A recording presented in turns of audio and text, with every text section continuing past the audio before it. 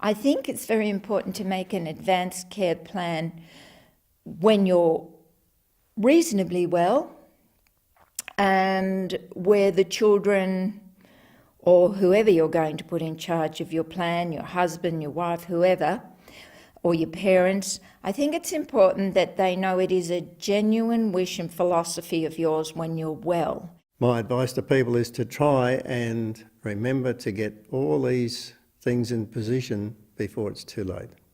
I don't think you can say, oh, it's not going to happen to me, and putting it off and putting it off. And the funny thing is, I again go back to my parallel with the will and I say, well, hang on a sec. You're saying you've got plenty of time. Have you made a will? Oh, yeah. How long ago did you make the will? Oh, I've had a will for about 20 years. Interesting, isn't it? Why would you make a will if you've got forever?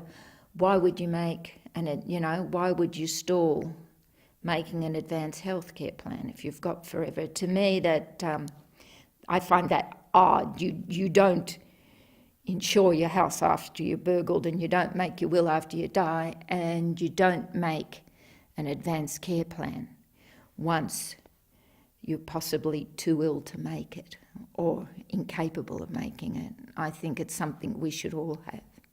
I advocated to my father, and he's gone ahead and done it, but of course he's older. I know that it shouldn't be just older people. I suppose when people work full-time too, it is fitting it in. I'd very, very much recommend this to anybody. I think it's an excellent plan, and why somebody hasn't thought of it years ago, I'm blowed if I know. It's been interesting when I've discussed my advanced care plan with family and friends. I know that 4 friends I've discussed it with have decided to go across and get a plan, and they said, they've come back afterwards. We have a glass of champagne and discuss it, and they've said, you know what, I feel much more peace of mind knowing I've done that.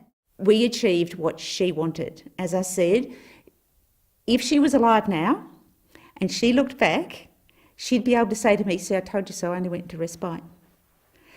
That to me, that was the best we could do if I otherwise hadn't found, or someone else hadn't found it, she'd died at home.